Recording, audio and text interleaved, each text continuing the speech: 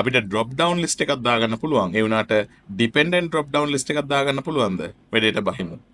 මෙතන අපේ products තියෙනවා. ඒකට අදාළ sizes තියෙනවා. So මෙතන මොනවද වෙන්න ඕනේ? මෙතන product එක drop down list එකක් විදියට පෙන්නන ගමන් අපිට මෙතන ඒකට අදාළ sizes පෙන්වන්න ඕනේ. හරි? ඒකට කලින් ඔයගොල්ලෝ මොනවද කරන්න ඕනේ? මේ products වලට නමක් දාගන්න ඕනේ.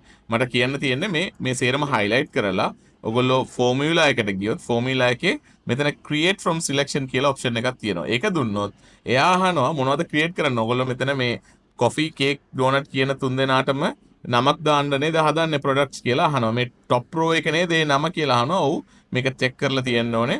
okay දුන්නොත් එයා මේ නම අරගන්නවා. දැන් මෙතන highlight කළොත් මේ බලන්න මෙයා products කියලා දාලා තියෙන්නේ මේ තුනටම නම. ඒ වගේම මේවත් අපි ටග් ගාලා නම් ටික දාගමු. හරි නම්ස් ටික දාලා ඉවරයි. දැනට මෙතනට ගිහිල්ලා අපිට drop down list එකක් දාගන්න ඕනේ. මොනවද මේ products ටික විතරයි. ඒක හරි ලේසි. ගියා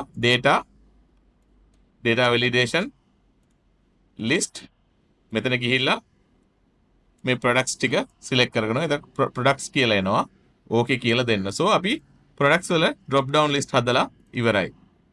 දැන් තියෙන්නේ මේ measurement එකට හදන්න. මම මේ ටික highlight කරගන්න. highlight කරගෙන data එකට ගිහිල්ලා data එකේ data validation. හරි. මෙතන any value වෙනුවට list එකක් දෙනවා. දීලා source එක ඇවිල්ලා මොනවද කරන්න යන්නේ? අපි indirect function එක use කරන්නේ මෙතන equal indirect කියන function එක දීලා ඒකට අපි කරන්න යන්නේ මේ value එක දෙන්න. මේ value එක දුන්න ගමන් එයා මොනවද කරන්නේ? මෙතන ගිහිල්ලා මේ value එක හොයනවා cake එක.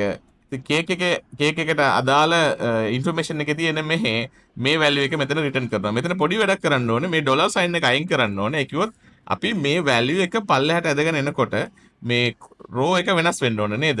හරි? මම සරලව ටක් ගාලා explain කරන්නම්. indirect function එකකින් ගිහිල්ලා cake එක choose කර ගමන් එයා cake එකට එනවා. cake එකට ඇවිල්ලා cake එකට අදාළ value එක මෙතන drop down එකක් විදියට දෙන්නේ. ඉතින් මේකේ complete details YouTube එකේ තියෙනවා. ඔයගොල්ලන්ට බලන්න පුළුවන්. මම මේක okay කියලා දෙන්නම්.